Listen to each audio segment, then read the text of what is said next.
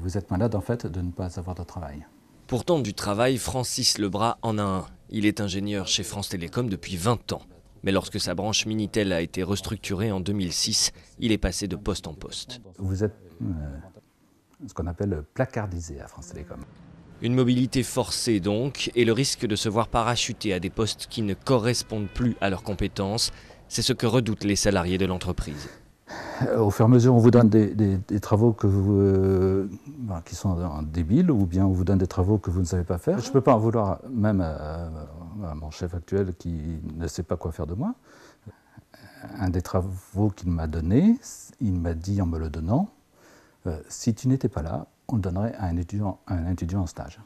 Et donc ça, c'est irrecevable pour un ingénieur. Peu à peu, le sentiment d'inutilité et d'être mis en marge de la hiérarchie de l'entreprise s'accroît. Le lien social entre les salariés s'effrite, laissant la place à une grande solitude. C'est l'explosion en vol, c'est-à-dire vous accumulez les congés maladie, vous prenez de plus en plus de médicaments parce que vous êtes en dépression, vous n'existez plus, vous n'êtes plus rien, vous ne pouvez pas leur apporter quoi que ce soit, donc ils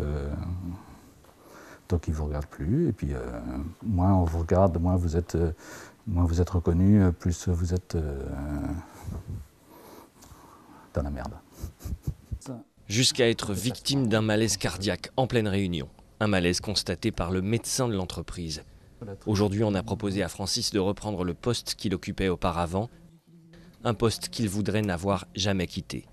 Le meilleur traitement qui me soit donné aujourd'hui, c'est que France Télécom me donne un poste fixe, ce qui est en cours, et c'est le traitement qui, à mon avis, est le plus valable. Et c'est le traitement que je souhaite que soit appliqué à toutes les personnes aujourd'hui à France Télécom, victimes de non-travail ou victimes de placardisation. Il faut que ça s'arrête. L'arrêt des restructurations et 380 recrutements en CDI, c'est ce qu'a annoncé la direction, de plus en plus sous pression après un 25e suicide en moins de 2 ans.